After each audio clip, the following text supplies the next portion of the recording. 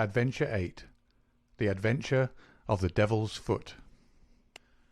In recording from time to time some of the curious experiences and interesting recollections which I associate with my long and intimate friendship with Mr. Sherlock Holmes, I have continually been faced by difficulties caused by his own aversion to publicity.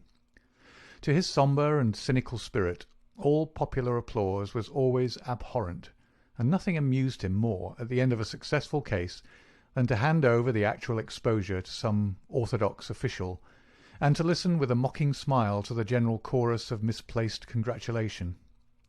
It was indeed this attitude upon the part of my friend, and certainly not any lack of interesting material, which has caused me of late years to lay very few of my records before the public. My participation in some of his adventures was always a privilege which entailed discretion and reticence upon me. It was then with considerable surprise that I received a telegram from Holmes last Tuesday. He's never been known to write where a telegram would serve, in the following terms: "Why not tell them of the Cornish horror? Strangest case I have handled." I have no idea what backward sweep of memory had brought the matter fresh to his mind, or what freak had caused him to desire that I should recount it. But I hasten, before another cancelling telegram may arrive, to hunt out the notes which give me the exact details of the case, and to lay the narrative before my readers. It was, then, in the spring of the year 1897, that Holmes' iron constitution showed some symptoms of giving way in the face of constant hard work of a most exacting kind, aggravated perhaps by occasional indiscretions of his own. In March of that year, Dr. Moore Agar of Harley Street, whose dramatic introduction to Holmes I may some day recount, gave positive injunctions that the famous private agent lay aside all his cases and surrender himself to complete rest if he wished to avert an absolute breakdown. The state of his health was not a matter in which he himself took the faintest interest, for his mental detachment was absolute, but he was induced at last, on the threat of being permanently disqualified from work, to give himself a complete change of scene and air. Thus it was that in the early spring of that year we found ourselves together in a small cottage near Poldhu Bay, at the further extremity of the Cornish peninsula. It was a singular spot, and one peculiarly well suited to the grim humour of my patient. From the windows of our little whitewashed house, which stood high upon a grassy headland, we looked down upon the whole sinister semicircle of Mounts Bay, that old death-trap of sailing vessels, with its fringe of black cliffs and surge-swept reefs, on which innumerable seamen have met their end. With a northerly breeze, it lies placid and sheltered, inviting the storm-tossed craft to tack into it for rest and protection. Then come the sudden swirl-round of the wind, the blistering gale from the south-west, the dragging anchor, the lee shore, and the last battle in the creaming breakers. The wise mariner stands far out from that evil place. On the land side our surroundings were as sombre as on the sea. It was a country of rolling moors, lonely and dun-coloured, with an occasional church tower to mark the site of some old-world village. In every direction upon these moors there were traces of some vanished race which had passed utterly away, and left as its sole record strange monuments of stone, irregular mounds which contained the burned ashes of the dead, and curious earthworks which hinted at prehistoric strife. The glamour and mystery of the place, with its sinister atmosphere of forgotten nations, appealed to the imagination of my friend, and he spent much of his time in long walks and solitary meditations upon the moor. The ancient Cornish language had also arrested his attention, and he had, I remember, conceived the idea that it was akin to the Chaldean, and had been largely derived from the Phoenician traders in tin. He had received a consignment of books upon philology, and was settling down to develop this thesis, when suddenly, to my sorrow and to his unfeigned delight, we found ourselves, even in that land of dreams, plunged into a problem at our very doors, which was more intense, more engrossing, and infinitely more mysterious than any of those which had driven us from London. Our simple life and peaceful, healthy routine were violently interrupted, and we were precipitated into the midst of a series of events which caused the utmost excitement, not only in Cornwall, but throughout the whole west of England. Many of my readers may retain some recollection of what was called at the time the Cornish Horror, though a most imperfect account of the matter reached the London press. Now, after 13 years, I will give the true details of this inconceivable affair to the public. I have said that scattered towers marked the villages which dotted this part of Cornwall. The nearest of these was the hamlet of Tredannick Wallace, where the cottages of a couple of hundred inhabitants clustered round an ancient moss-grown church. The vicar of the parish, Mr. Roundhay, was something of an archaeologist, and as such Holmes had made his acquaintance. He was a middle-aged man, portly and affable, with a considerable fund of local lore. At his invitation we had taken tea at the vicarage, and had come to know also Mr. Mortimer Tregennis, an independent gentleman who increased the clergyman's scanty resources by taking rooms in his large, straggling house. The vicar, being a bachelor, was glad to come to such an arrangement, though he had little in common with his lodger, who was a thin, dark, spectacled man, with a stoop which gave the impression of actual physical deformity.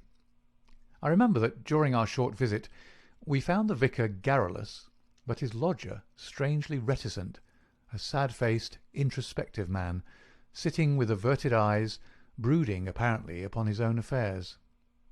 These were the two men who entered abruptly into our little sitting-room on Tuesday, March the 16th, shortly after our breakfast hour, as we were smoking together, preparatory to our daily excursion upon the moors. "Mr. Holmes," said the vicar in an agitated voice, "the most extraordinary and tragic affair has occurred during the night. It is the most unheard-of business. We can only regard it as a special providence that you should chance to be here at the time, for in all England you are the one man we need." I glared at the intrusive vicar with no very friendly eyes, but Holmes took his pipe from his lips and sat up in his chair like an old hound who hears the view hallo. He waved his hand to the sofa, and our palpitating visitor with his agitated companion sat side by side upon it. Mr. Mortimer Tregennis was more self-contained than the clergyman, but the twitching of his thin hands and the brightness of his dark eyes showed that they shared a common emotion. "Shall I speak or you?" he asked of the vicar. "Well, as you seem to have made the discovery, whatever it may be, and the vicar to have had it second-hand, perhaps you'd better do the speaking," said Holmes. I glanced at the hastily clad clergyman with the formally dressed lodger seated beside him, and was amused at the surprise which Holmes's simple deduction had brought to their faces. "Perhaps I'd best say a few words first," said the vicar, "and then you can judge if you will listen to the details from Mr. Tregennis, or whether we should not hasten at once to the scene of this mysterious affair. I may explain, then, that our friend here spent last evening in the company of his two brothers, Owen and George, and of his sister Brenda, at their house of Tredannick Waller, which is near the old stone across upon the moor. He left them shortly after 10 o'clock, playing cards round the dining-room table, in excellent health and spirits. This morning, being an early riser, he walked in that direction before breakfast, and was overtaken by the carriage of Dr. Richards, who explained that he had just been sent for on a most urgent call to Tredannick Waller. Mr. Mortimer Tregennis naturally went with him.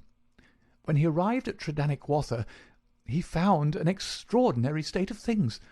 His two brothers and his sister were seated round the table exactly as he left them, the cards still spread in front of them, and the candles burned down to their sockets. The sister lay back stone-dead in her chair, while the two brothers sat on each side of her, laughing, shouting, and singing, the senses stricken clean out of them. All three of them, the dead woman and the two demented men, retained upon their faces an expression of the utmost horror, a convulsion of terror which was dreadful to look upon. There was no sign of the presence of anyone in the house, except Mrs. Porter, the old cook and housekeeper, who declared that she had slept deeply and heard no sound during the night. Nothing had been stolen or disarranged, and there is absolutely no explanation of what the horror can be which has frightened a woman to death and two strong men out of their senses. There's the situation, Mr. Holmes, in a nutshell, and if you can help us to clear it up, you will have done a great work." I had hoped that in some way I could coax my companion back into the quiet which had been the object of our journey, but one glance at his intense face and contracted eyebrows told me how vain was now the expectation. He sat for some little time in silence, absorbed in the strange drama which had broken in upon our peace. "I will look into this matter," he said at last. "On the face of it would appear to be a case of very exceptional nature. Have you been there yourself, Mr. Roundhay?" "No, Mr. Holmes. Mr. Tregennis brought back the account to the vicarage, and I at once hurried over with him to consult you." "How far is it to the house where this singular tragedy occurred?" "About a mile inland." "Then we shall walk over together. But before we start, I must ask you some questions, Mr. Mortimer Tregennis." The other had been silent all this time, but I had observed that his more controlled excitement was even greater than the obtrusive emotion of the clergyman. He sat with a pale, drawn face, his anxious gaze fixed upon Holmes, and his thin hands clasped convulsively together.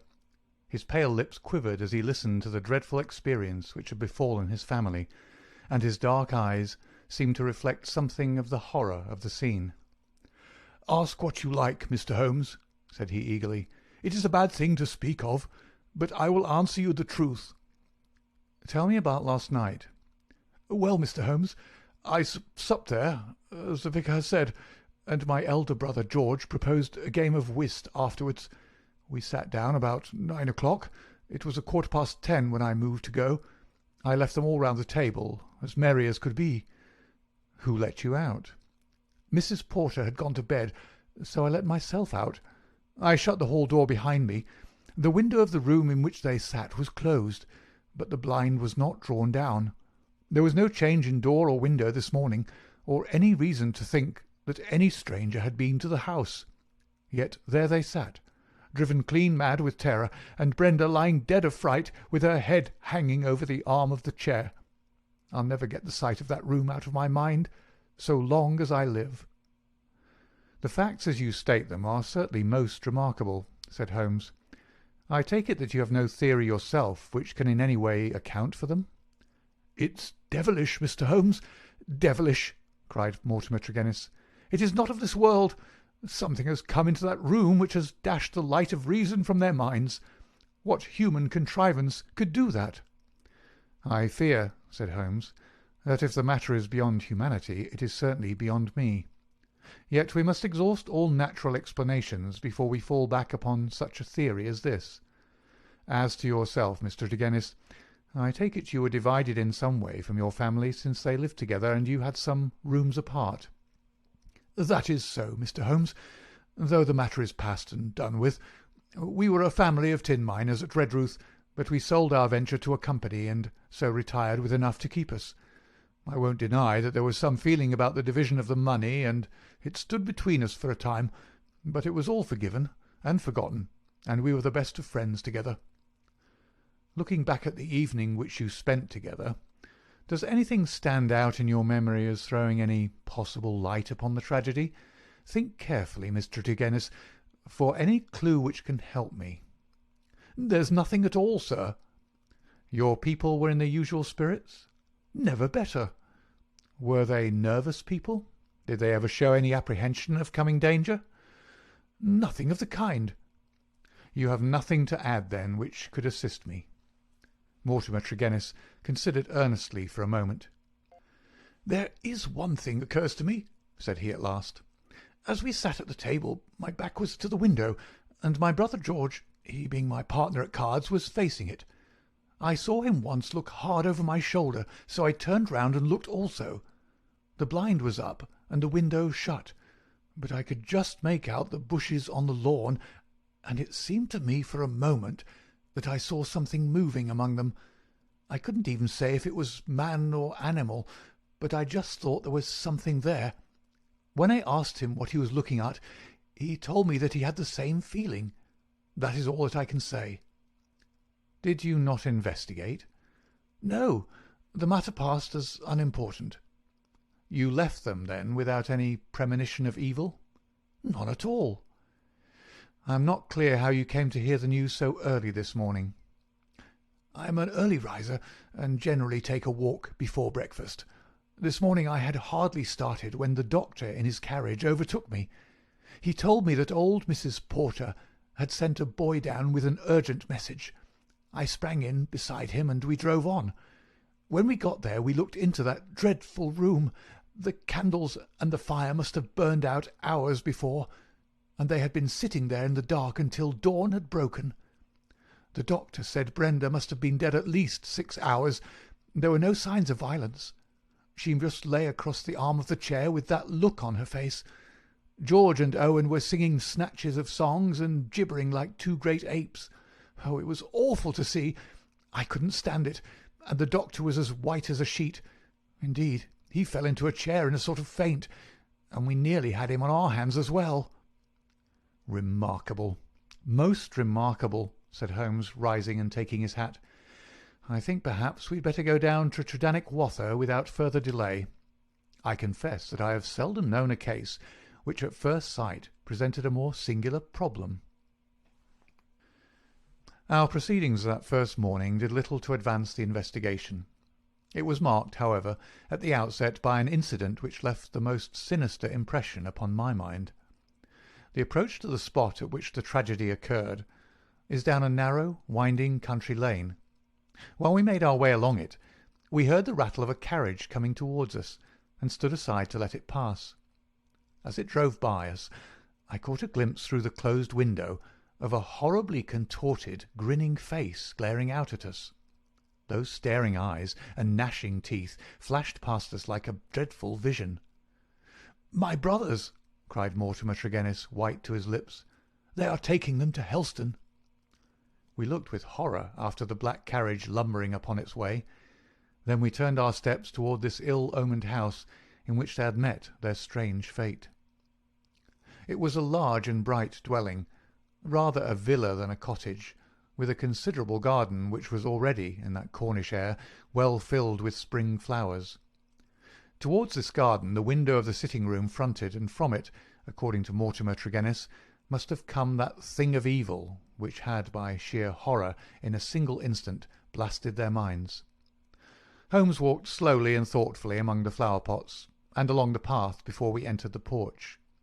So absorbed was he in his thoughts, I remember, that he stumbled over the watering-pot, upset its contents, and deluged both our feet and the garden path. Inside the house we were met by the elderly Cornish housekeeper, Mrs. Porter, who, with the aid of a young girl, looked after the wants of the family. She readily answered all Holmes's questions. She had heard nothing in the night. Her employers had all been in excellent spirits lately, and she had never known them more cheerful and prosperous. She had fainted with horror upon entering the room in the morning and seeing that dreadful company around the table. She had, when she recovered, thrown open the window to let the morning air in, and had run down to the lane when she sent a farm lad for the doctor. The lady was on her bed upstairs if we cared to see her. It took 4 strong men to get the brothers into the asylum carriage. She would not herself stay in the house another day, and was starting that very afternoon to rejoin her family at St. Ives. We ascended the stairs and viewed the body. Miss Brenda Tregennis had been a very beautiful girl, though now verging upon middle age. Her dark, clear-cut face was handsome even in death, but there still lingered upon it something of that convulsion of horror which had been her last human emotion. From her bedroom we descended to the sitting-room, where this strange tragedy had actually occurred. The charred ashes of the overnight fire lay in the grate. On the table were the 4 guttered and burned-out candles, with the cards scattered over its surface. The chairs had been moved back against the walls, but all else was as it had been the night before. Holmes paced with light, swift steps about the room. He sat in the various chairs, drawing them up and reconstructing their positions. he tested how much of the garden was visible. He examined the floor, the ceiling, and the fireplace, but never once did I see that sudden brightening of his eyes and tightening of his lips which would have told me that he saw some gleam of light in this utter darkness. "Why a fire?" he asked once. "Had they always a fire in this small room on a spring evening?" Mortimer Tregennis explained that the night was cold and damp. For that reason, after his arrival, the fire was lit. "What are you going to do now, Mr. Holmes?" he asked. My friend smiled and laid his hand upon my arm. "I think, Watson, that I shall resume that course of tobacco poisoning which you have so often and so justly condemned," said he. "With your permission, gentlemen, we will now return to our cottage, for I am not aware that any new factor is likely to come to our notice here. I will turn the facts over in my mind, Mr. Tregennis, and should anything occur to me, I will certainly communicate with you and the vicar. In the meantime, I wish you both good morning." It was not until long after we were back in Poldhu Cottage that Holmes broke his complete and absorbed silence. He sat coiled in his armchair, his haggard and ascetic face hardly visible amid the blue swirl of his tobacco smoke, his black brows drawn down, his forehead contracted, his eyes vacant and far away. Finally he laid down his pipe and sprang to his feet. "It won't do, Watson," said he with a laugh. "Let us walk along the cliffs together and search for flint arrows. We are more likely to find them than clues to this problem. To let the brain work without sufficient material is like racing an engine. It racks itself to pieces. The sea air, sunshine, and patience, Watson. All else will come. Now let us calmly define our position, Watson," he continued as we skirted the cliffs together.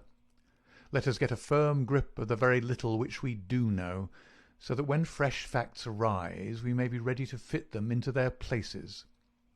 I take it, in the first place, that neither of us is prepared to admit diabolical intrusions into the affairs of men.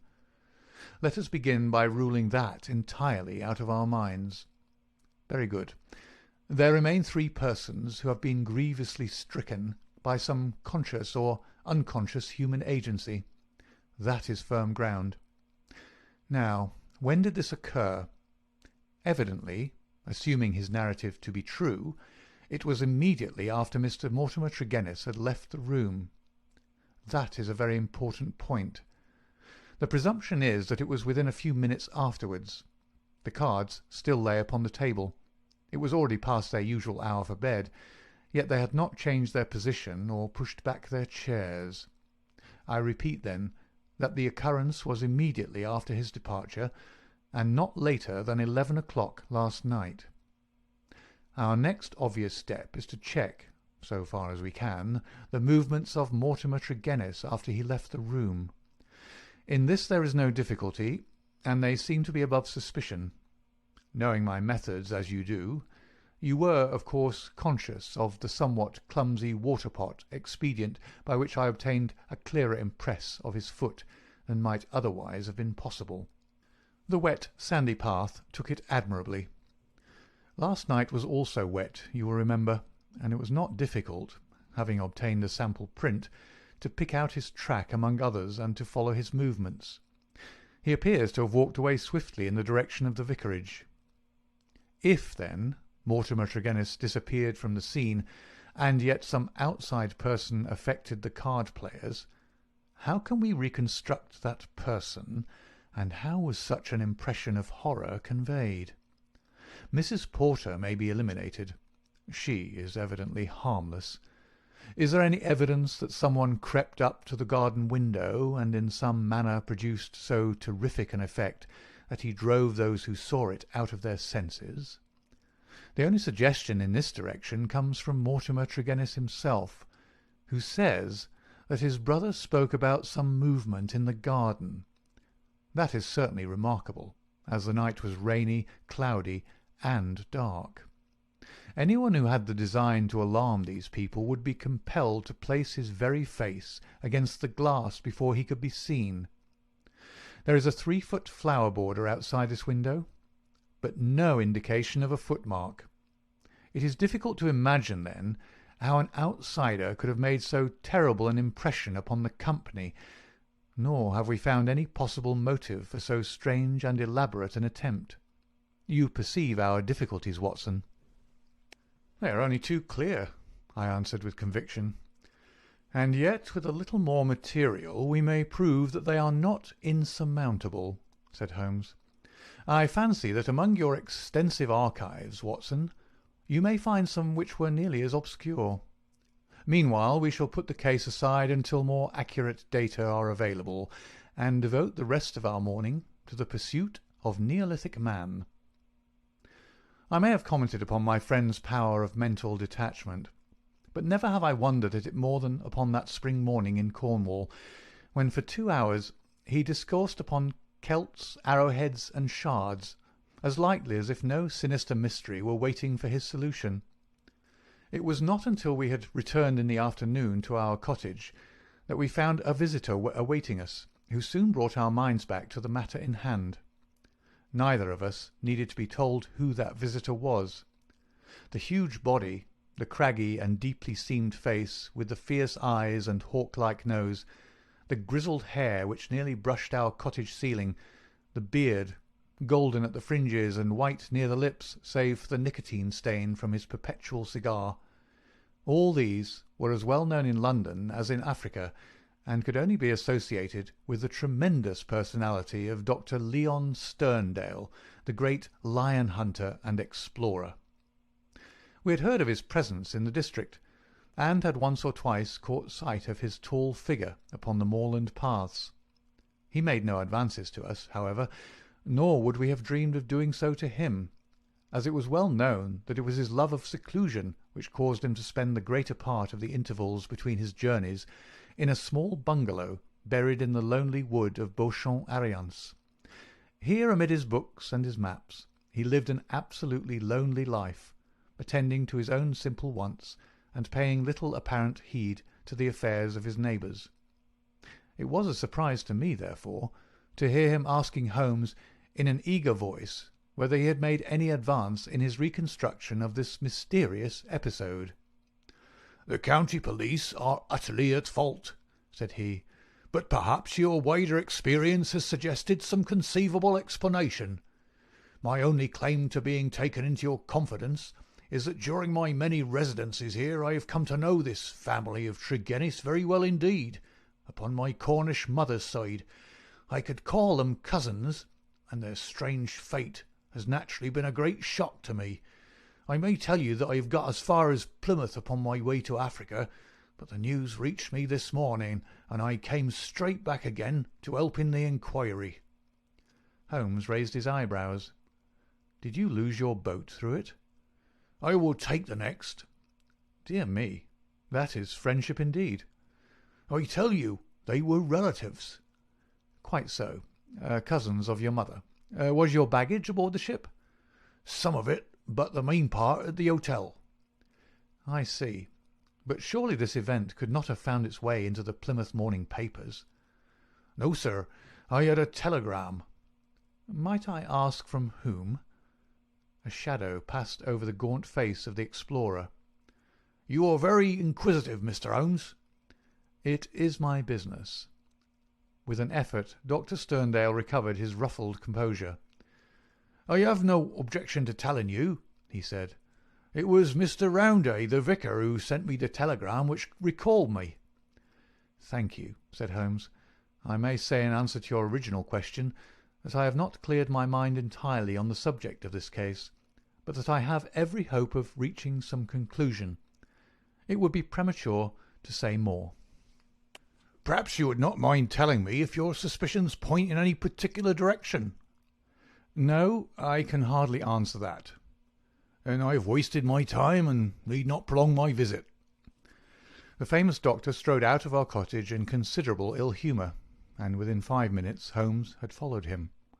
I saw him no more until the evening, when he returned with a slow step and haggard face, which assured me that he had made no great progress with his investigation. He glanced at a telegram which awaited him, and threw it into the grate. "From the Plymouth Hotel, Watson," he said. "I learned the name of it from the vicar, and I wired to make certain that Dr. Leon Sterndale's account was true. It appears that he did indeed spend last night there, and that he has actually allowed some of his baggage to go on to Africa, while he returned to be present at this investigation. What do you make of that, Watson?" "He's deeply interested." "Deeply interested. Yes. There is a thread here which we have not yet grasped, and which might lead us through the tangle. Cheer up, Watson, for I am very sure that our material has not yet all come to hand. When it does, we may soon leave our difficulties behind us." Little did I think how soon the words of Holmes would be realized, or how strange and sinister would be that new development which opened up an entirely fresh line of investigation. I was shaving at my window in the morning when I heard the rattle of hoofs, and looking up saw a dog-cart coming at a gallop down the road. It pulled up at our door, and our friend the vicar sprang from it and rushed up our garden path. Holmes was already dressed, and we hastened down to meet him. Our visitor was so excited that he could hardly articulate, but at last, in gasps and bursts, his tragic story came out of him. "We are devil-ridden, Mr. Holmes. My poor parish is devil-ridden," he cried. "Satan himself is loose in it. We are given over into his hands." He danced about in his agitation, a ludicrous object if it were not for his ashy face and startled eyes. Finally he shot out his terrible news. "Mr. Mortimer Tregennis died during the night, and with exactly the same symptoms as the rest of his family." Holmes sprang to his feet, all energy in an instant. "Can you fit us both into your dog-cart?" "Yes, I can." "Then, Watson, we will postpone our breakfast. Mr. Roundhay, we are entirely at your disposal. Hurry, hurry, before things get disarranged." The lodger occupied 2 rooms at the vicarage, which were in an angle by themselves, the one above the other. Below was a large sitting-room, above his bedroom. They looked out upon a croquet lawn which came up to the windows. We had arrived before the doctor or the police, so that everything was absolutely undisturbed. Let me describe exactly the scene as we saw it upon that misty March morning. It has left an impression which can never be effaced from my mind. The atmosphere of the room was of a horrible and depressing stuffiness. The servant, who had first entered, had thrown up the window, or it would have been even more intolerable. This might partly be due to the fact that a lamp stood flaring and smoking on the centre table. Beside it sat the dead man, leaning back in his chair, his thin beard projecting, his spectacles pushed up onto his forehead, and his lean dark face turned towards the window and twisted into the same direction of terror which had marked the features of his dead sister. His limbs were convulsed, and his fingers contorted, as though he had died in a very paroxysm of fear. He was fully clothed, though there were signs that his dressing had been done in a hurry. We had already learned that his bed had been slept in, and that the tragic end had come to him in the early morning. One realized the red-hot energy which underlay Holmes's phlegmatic exterior when one saw the sudden change which came over him from the moment that he entered the fatal apartment. In an instant he was tense and alert, his eyes shining, his face set, his limbs quivering with eager activity. He was out on the lawn, in through the window, round the room, and up into the bedroom, for all the world like a dashing foxhound drawing a cover. In the bedroom he made a rapid cast around, and ended by throwing open the window, which appeared to give him some fresh cause for excitement, for he leaned out of it with loud ejaculations of interest and delight. Then he rushed down the stair, out through the open window, threw himself upon his face on the lawn, sprang up and into the room once more, all with the energy of the hunter who is at the very heels of his quarry. The lamp, which was an ordinary standard, he examined with minute care, making certain measurements upon its bowl. He carefully scrutinized with his lens the talc shield which covered the top of the chimney, and scraped off some ashes which adhered to its upper surface, putting some of them into an envelope, which he placed in his pocket-book. Finally, just as the doctor and the official police put in an appearance, he beckoned to the vicar, and we all 3 went out upon the lawn. "I am glad to say that my investigation has not been entirely barren," he remarked. "I cannot remain to discuss the matter with the police, but I should be exceedingly obliged, Mr. Roundhay, if you would give the inspector my compliments and direct his attention to the bedroom window and to the sitting-room lamp. Each is suggestive, and together they are almost conclusive. If the police would desire further information, I shall be happy to see any of them at the cottage. And now, Watson, I think that perhaps we shall be better employed elsewhere." It may be that the police resented the intrusion of an amateur, or that they imagined themselves to be upon some hopeful line of investigation, but it is certain that we heard nothing from them for the next 2 days. During this time Holmes spent some of his time smoking and dreaming in the cottage, but a greater portion in country walks which he undertook alone, returning after many hours without remark as to where he had been. One experiment served to show me the line of his investigation. He had bought a lamp which was the duplicate of the one which had burned in the room of Mortimer Tregennis on the morning of the tragedy. This he filled with the same oil as that used at the vicarage, and he carefully timed the period which it would take to be exhausted. Another experiment which he made was of a more unpleasant nature, and one which I am not likely ever to forget. "You will remember, Watson," he remarked one afternoon, "that there is a single common point of resemblance in the varying reports which have reached us. This concerns the effect of the atmosphere of the room in each case upon those who had first entered it. You will recollect that Mortimer Tregennis, in describing the episode of his last visit to his brother's house, remarked that the doctor, on entering the room, fell into a chair. You had forgotten? Well, I can answer for it that it was so.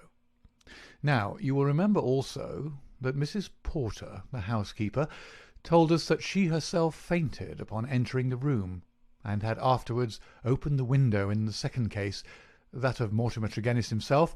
You cannot have forgotten the horrible stuffiness of the room when we arrived, though the servant had thrown open the window.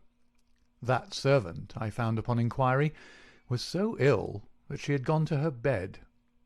You will admit, Watson, that these facts are very suggestive.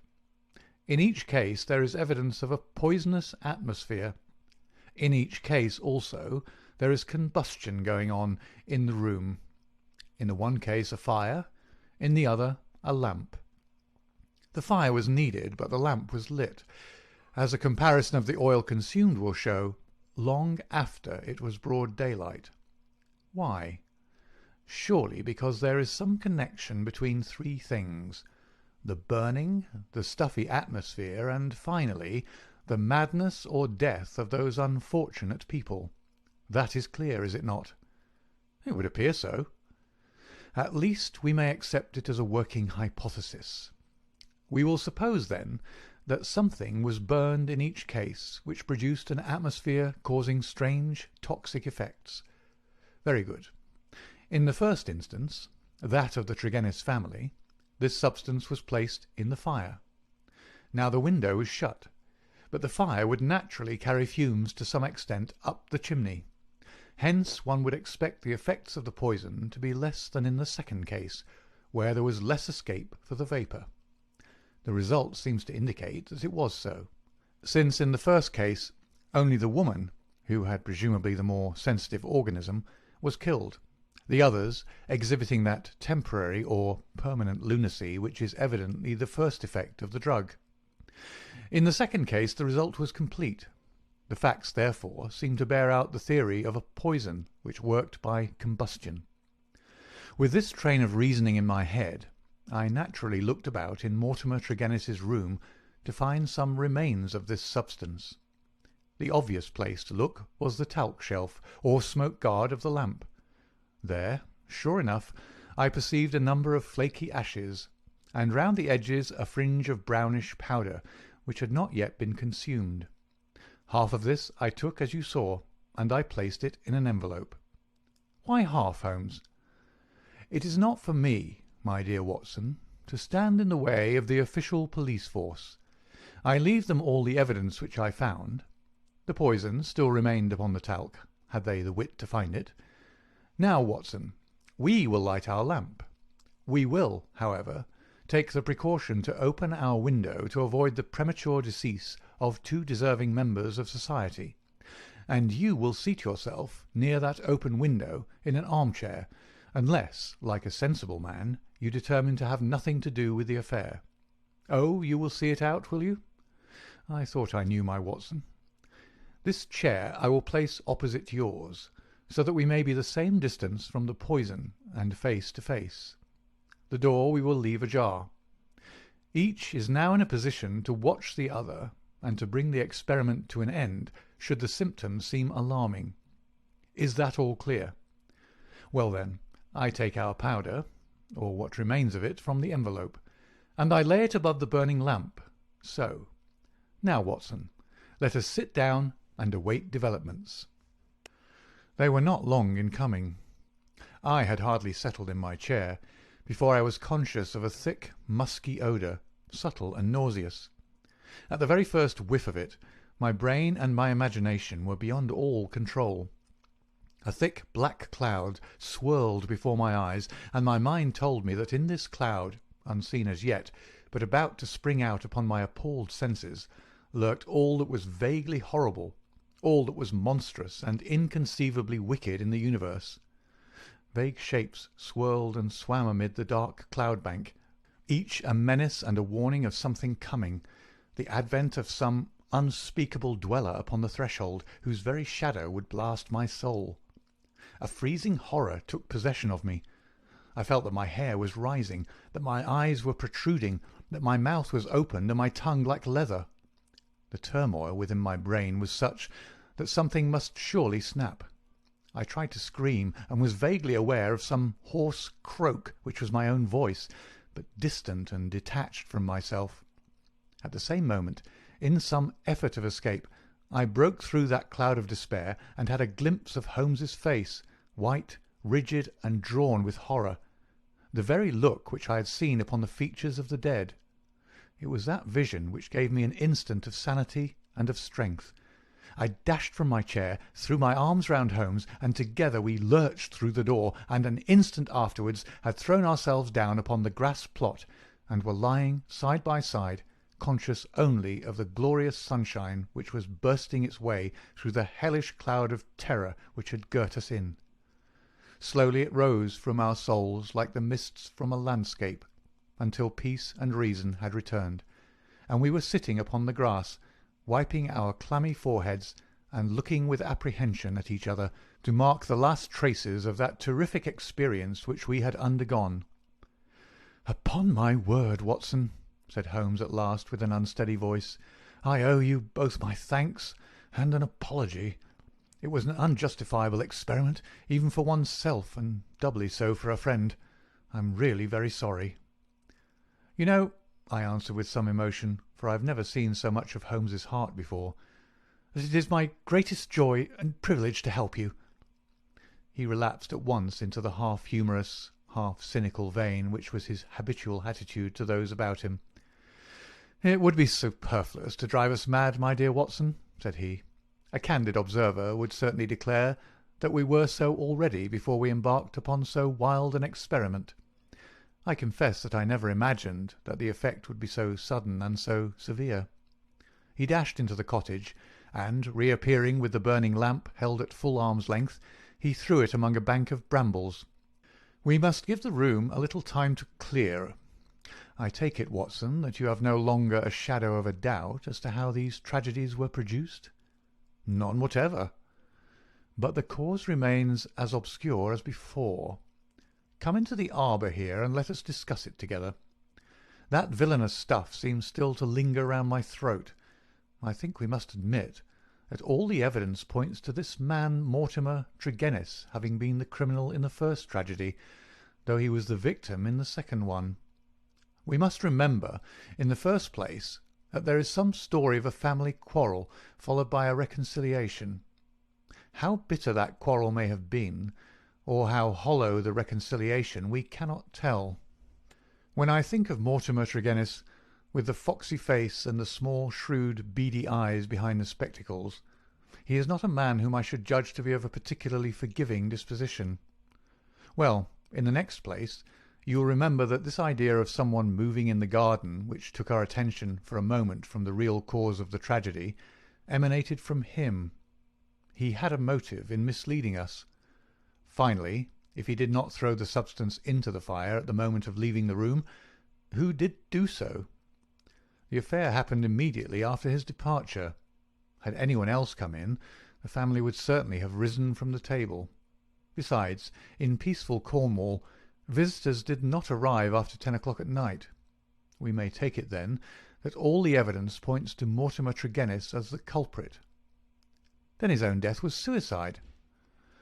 Well, Watson, it is on the face of it a not impossible supposition. The man who had the guilt upon his soul of having brought such a fate upon his own family might well be driven by remorse to inflict it upon himself. There are, however, some cogent reasons against it. Fortunately, there is one man in England who knows all about it, and I have made arrangements by which we shall hear the facts this afternoon from his own lips. Ah, he is a little before his time. Perhaps you would kindly step this way, Dr. Leon Sterndale. We have been conducting a chemical experiment indoors which has left our little room hardly fit for the reception of so distinguished a visitor. I had heard the click of the garden gate, and now the majestic figure of the great African explorer appeared upon the path. He turned in some surprise towards the rustic arbour in which we sat. "You sent for me, Mr. Holmes? I had your note about an hour ago, and I have come, though I really do not know why I should obey your summons." "Perhaps we can clear the point up before we separate," said Holmes. "Meanwhile, I am much obliged to you for your courteous acquiescence. You will excuse this informal reception in the open air, but my friend Watson and I have nearly furnished an additional chapter to what the papers call the Cornish horror, and we prefer a clear atmosphere for the present. Perhaps, since the matters which we have to discuss will affect you personally in a very intimate fashion, it is as well that we should talk where there can be no eavesdropping." The explorer took his cigar from his lips and gazed sternly at my companion. "I am at a loss to know, sir," he said, "what you can have to speak about which affects me personally in a very intimate fashion." "The killing of Mortimer Tregennis," said Holmes.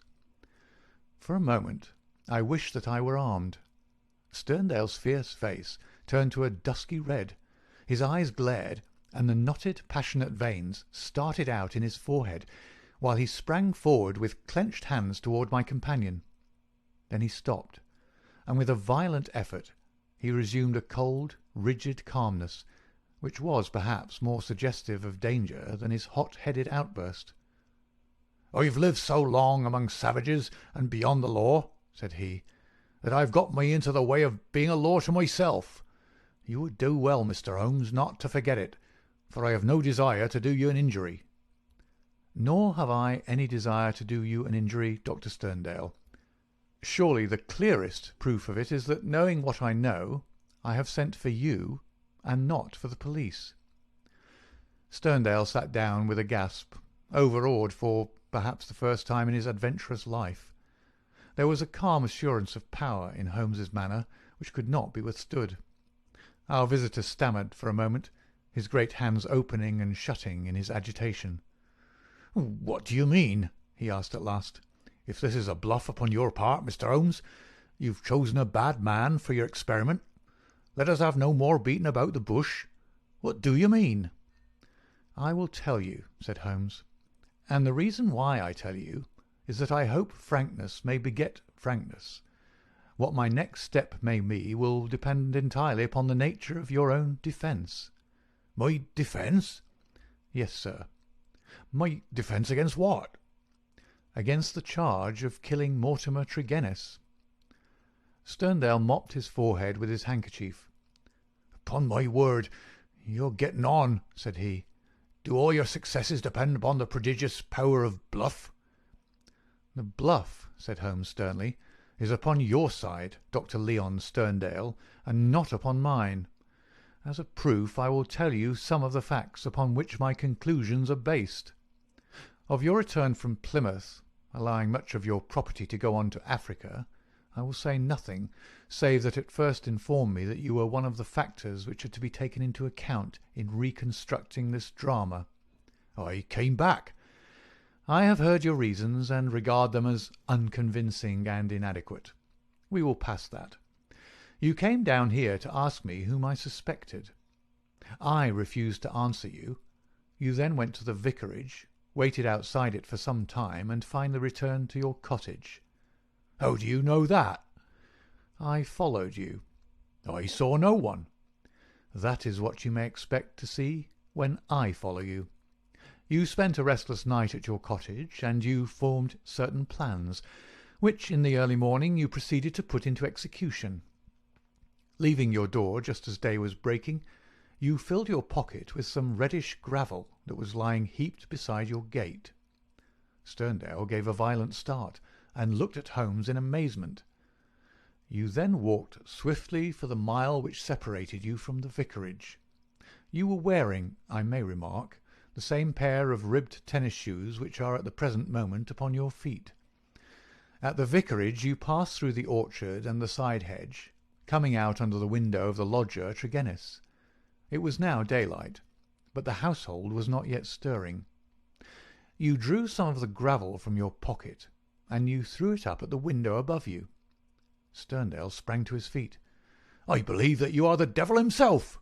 he cried. Holmes smiled at the compliment. It took 2 or possibly 3 handfuls before the lodger came to the window. You beckoned him to come down. He dressed hurriedly and descended to his sitting-room. You entered by the window. There was an interview, a short one, during which you walked up and down the room. Then you passed out and closed the window, standing on the lawn outside, smoking a cigar and watching what occurred. Finally, after the death of Tregennis, you withdrew as you had come. Now, Dr. Sterndale, how do you justify such conduct, and what were the motives for your actions? If you prevaricate or trifle with me, I give you my assurance that the matter will pass out of my hands forever. Our visitor's face had turned ashen grey as he listened to the words of his accuser.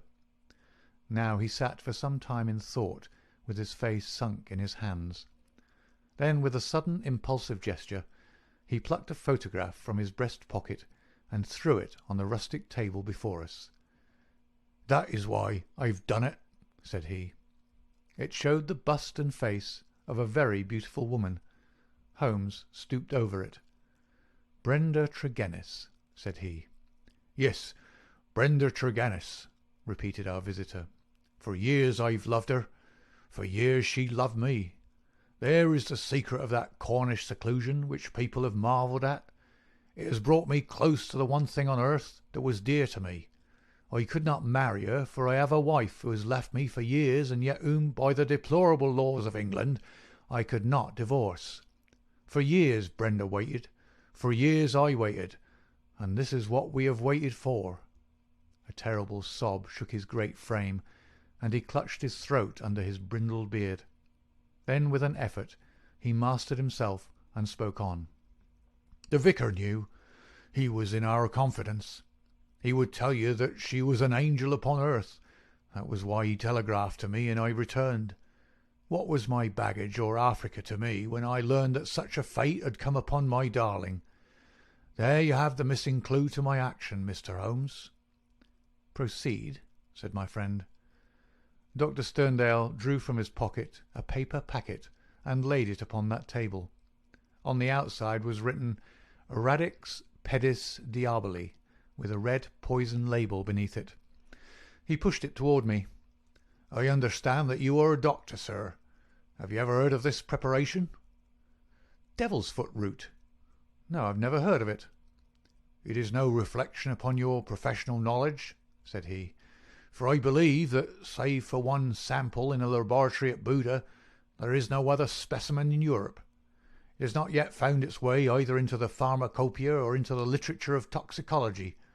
The root is shaped like a foot, half human, half goat-like, hence the fanciful name given by a botanical missionary. It's used as an ordeal poison by the medicine men in certain districts of West Africa, and is kept as a secret among them. This particular specimen I obtained under very extraordinary circumstances in the Ubangi country." He opened the paper as he spoke and disclosed a heap of reddish-brown, snuff-like powder. "Well, sir?" asked Holmes sternly.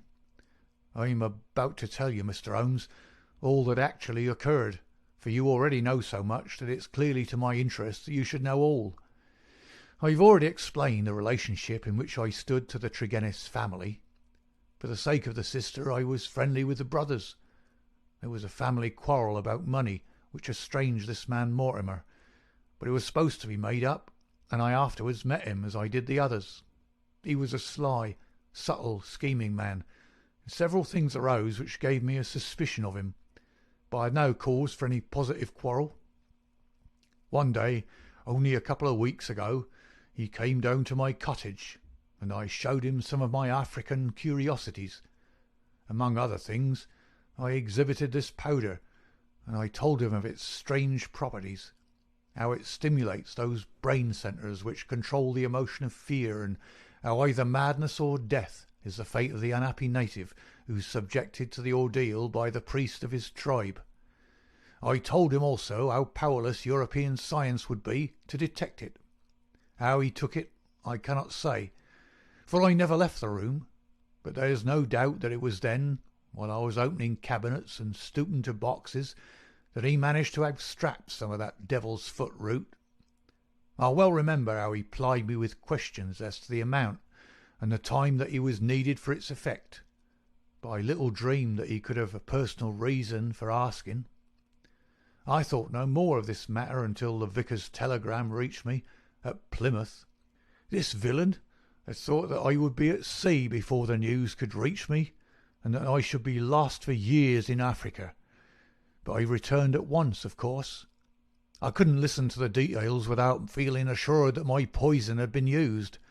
I came round to see you on the chance that some other explanation had suggested itself to you. But there could be none. I was convinced that Mortimer Tregennis was the murderer, that for the sake of money, and with the idea, perhaps, that if the other members of his family were all insane, he would be the sole guardian of their joint property. He'd used the devil's foot powder upon them, driven two of them out of their senses, and killed his sister Brenda, the one human being whom I've ever loved or who's ever loved me. There was his crime. What was to be his punishment? Should I appeal to the law? Where were my proofs? I knew that the facts were true, but could I help to make a jury of countrymen believe so fantastic a story? I might or I might not, but I could not afford to fail. My soul cried out for revenge. I have said to you once before, Mr. Holmes, that I have spent much of my life outside the law, as I have come at last to be a law to myself. So it was even now. I determined that the fate which he had given to others should be shared by himself. Either that, or I would do justice upon him with my own hand.